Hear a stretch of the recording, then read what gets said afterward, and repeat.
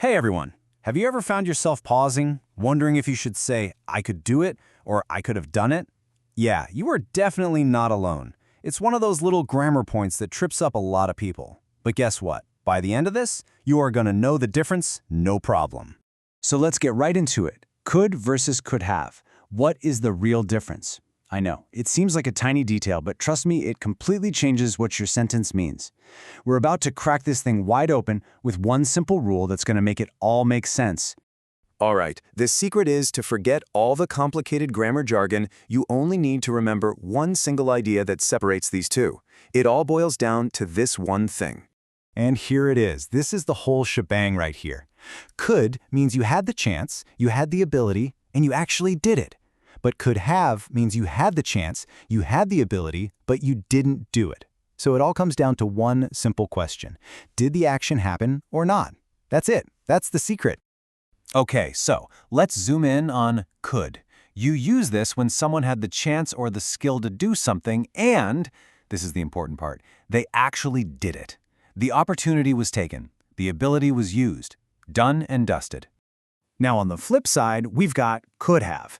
This is the total opposite. It's all about a missed opportunity in the past. The person had the ability, they had the chance, but for whatever reason, it just didn't happen. And that's why could have often has this little hint of regret or a what if feeling. Okay, so now that we've got the main idea down, let's see how it works when you're actually building sentences. You know what? We can basically turn this into a super simple formula so you get it right every single time. For could, the formula is about as easy as it gets. You just take your subject, add the word could, and then you pop in the basic form of the verb.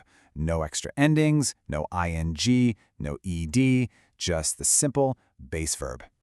Let's look at an example. She could speak Korean. What does this mean? It means that back in the past, she had the ability to speak Korean, and she did.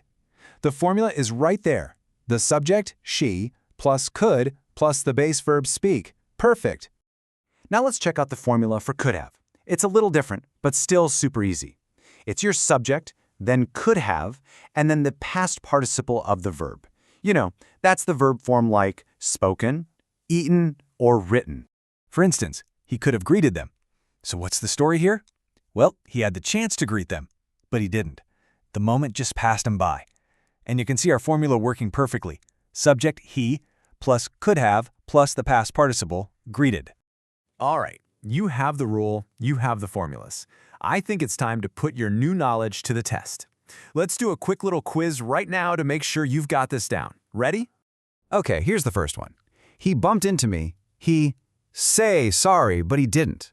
Now, what's the big clue in that sentence? But he didn't. So did the action happen or not? You got it. Could have said. He had the opportunity to say sorry, but he didn't. Classic mischance. Awesome start. Okay, let's try another one. She just called and said that she isn't coming. She call earlier. So think about it. She had the chance to call earlier, but the sentence implies she didn't, right? Exactly. Could have called. It really implies it would have been better if she called earlier, but that moment passed. The opportunity was missed. You're getting the hang of this. Okay, how about number 3?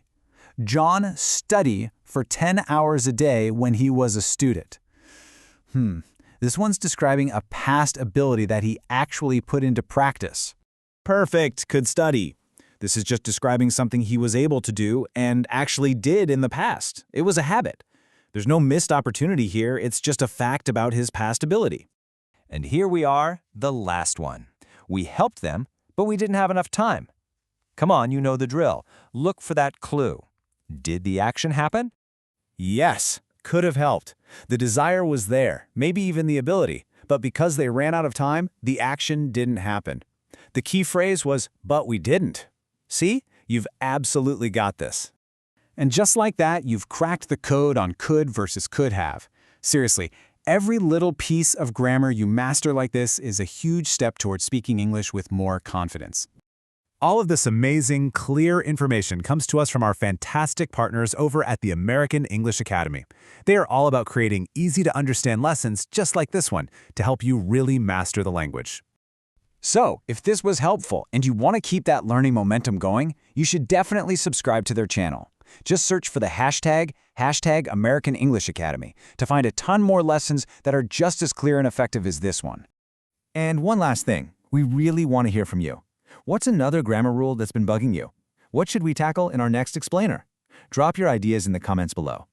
Thanks so much for joining me.